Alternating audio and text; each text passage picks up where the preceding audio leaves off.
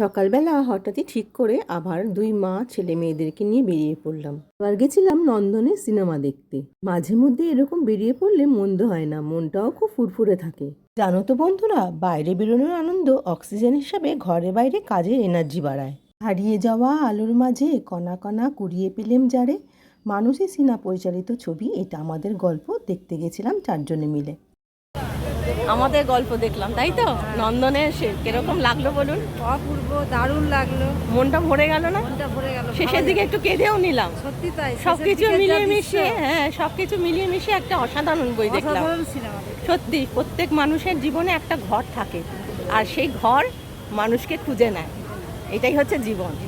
সবাইকে নিয়ে একসাথে থাকার নামই জীবন, তাই তো? তার মধ্যে ভালো মন্দ সবকিছুই থাকবে, সবকিছু নিয়েই থাকতে হবে। অবশ্যই অবশ্যই। খুব ভালো লাগলো, শুভেন্দু ইন্দ্রাণী নিয়ে এসছে আমাদের আজকে এই সিনেমাটা দেখাতে। অনেকদিন বাদে যেন একটু মন খুলে হাসতে পারলাম, আবার লাস্টে একটু কেঁদেও নিলাম।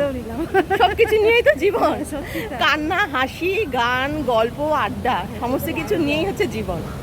এই নিয়েই ভালো থাকতে হবে আমাদের। অভিনয় করেছেন না, মানে ভাষায় প্রকাশ করা যাবে না, এত প্রাণবন্ত অভিনয় করেছেন।